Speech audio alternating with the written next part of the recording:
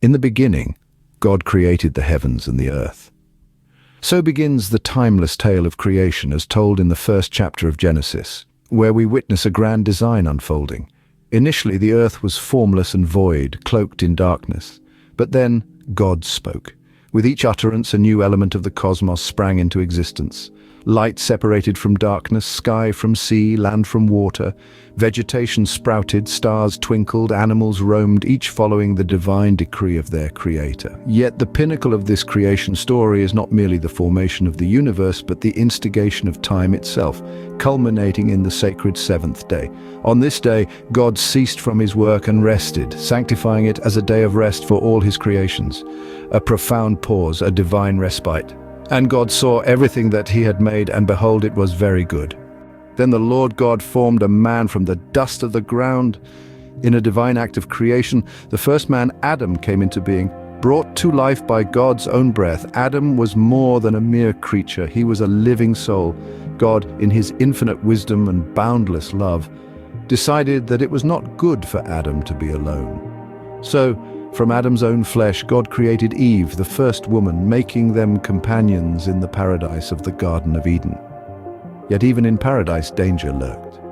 A serpent, the most cunning of God's creatures, slithered into their lives, bringing with it the seeds of temptation. But in these early days of creation, Adam and Eve lived in innocence, unaware of the trials that were to come. And they were both naked, the man and his wife, and were not ashamed. They existed in harmony, in perfect communion with each other and with God, their Creator. But of the fruit of the tree which is in the middle of the garden, God has said, "You shall not eat it." This divine command was clear, yet a cunning serpent slithered forth, whispering words of temptation in the ears of the first man and woman. They were promised knowledge, to be like God himself. Overcome by this tantalizing prospect, they succumbed to the serpent's words, biting into the forbidden fruit. This act of disobedience, this first sin, marked humanity's fall. The repercussions were immediate and severe. Their eyes were opened, but not to enlightenment. Instead, they were filled with shame, their innocence forever lost. God's wrath was swift and unyielding as he cast them out of the paradise they had known. Their punishment was to toil and suffer, a stark contrast to their previous life of bliss. Therefore the Lord God sent him forth from the Garden of Eden to till the ground from whence he was taken. And Abel was a keeper of sheep, but Cain was a tiller of the ground. Thus begins the tale of the first siblings, Cain and Abel, sons of Adam and Eve. Their lives took different paths, with Abel tending to flocks while Cain cultivated the soil. Both brought offerings to the Lord.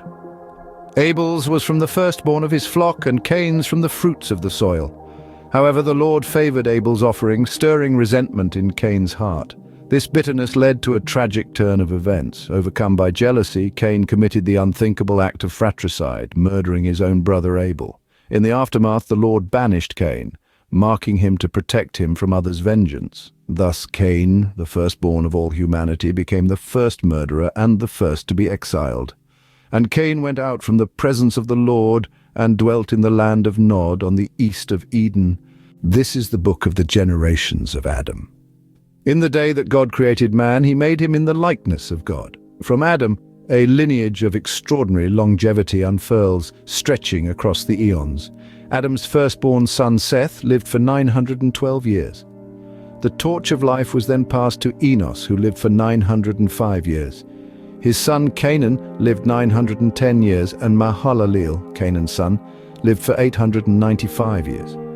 Jared, the son of Mahalalel, lived for an astounding 962 years.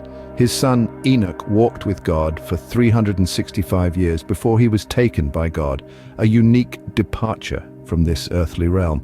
Methuselah, Enoch's son, holds the record for the longest lifespan, living for a staggering 969 years. Finally, we reach Noah, the 10th generation from Adam through Seth, a beacon of righteousness in a corrupt world. And all the days that Adam lived were 930 years, and he died. And God saw that the wickedness of man was great in the earth, a chilling statement that marks a pivotal moment in the narrative of Genesis. This scene portrays a time when mankind, once the crowning achievement of creation, had become a source of profound disappointment. Humanity, in its freedom and autonomy, had chosen a path of corruption.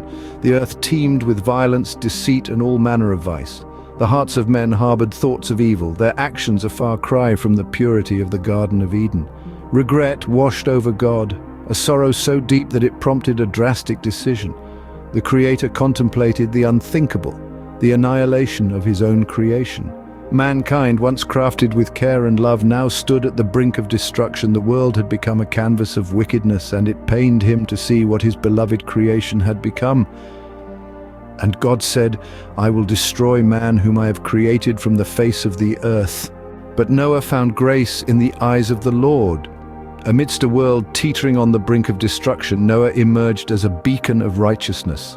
A man of impeccable integrity, he walked with God, embodying virtues that were fast becoming extinct in a world marred by the corruption of mankind. God, in his divine wisdom, saw fit to bestow upon Noah a task of monumental proportions. He was chosen to safeguard the remnants of life on earth, to serve as the custodian of creation in the face of an impending cataclysm. The Lord spoke to Noah and gave him explicit instructions to build an ark, a colossal vessel built from gopher wood, sealed with pitch and outfitted with rooms. It was to measure 300 cubits in length, 50 cubits in width, and 30 in height. The ark was to be more than just a vessel. It was to be a sanctuary for life in a world on the precipice of devastation. Noah was directed to bring into the ark 2 of every living creature, male and female, along with enough food to sustain them. Birds of the air, beasts of the field, and every creeping thing that creeps upon the earth were to find refuge within its wooden walls. The task set before Noah was Herculean, but his faith was unwavering. The construction of the ark was not merely a test of his obedience, but a testament to his faith in God. In a world that had turned a blind eye to its creator, Noah stood as a lone figure of devotion, steadfast in his duty and unyielding in his faith. The reason for this monumental task soon became clear.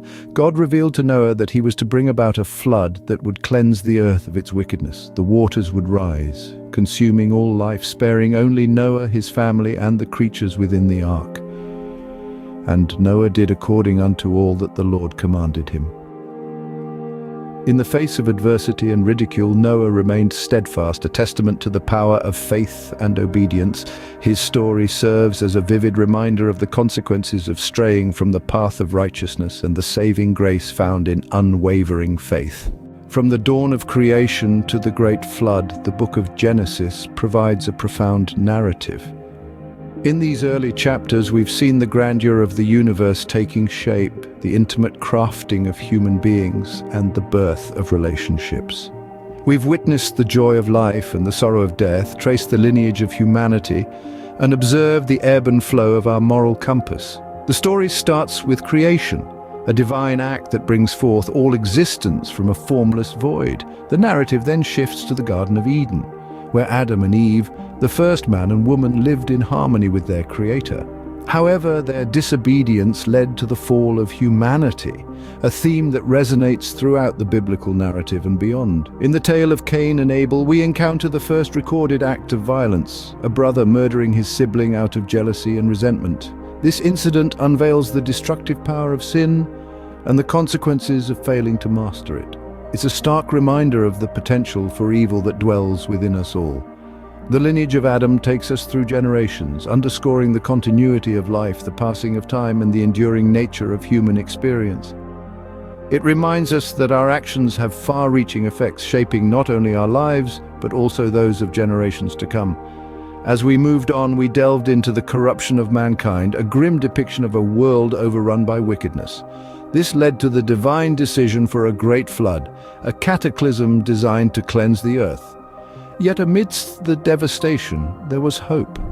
Noah and his family, saved in the ark, symbolize redemption and the possibility of a fresh start. In these narratives, we encounter themes of creation, sin, punishment, and redemption. Each of us, in our own way, experiences these themes in our lives.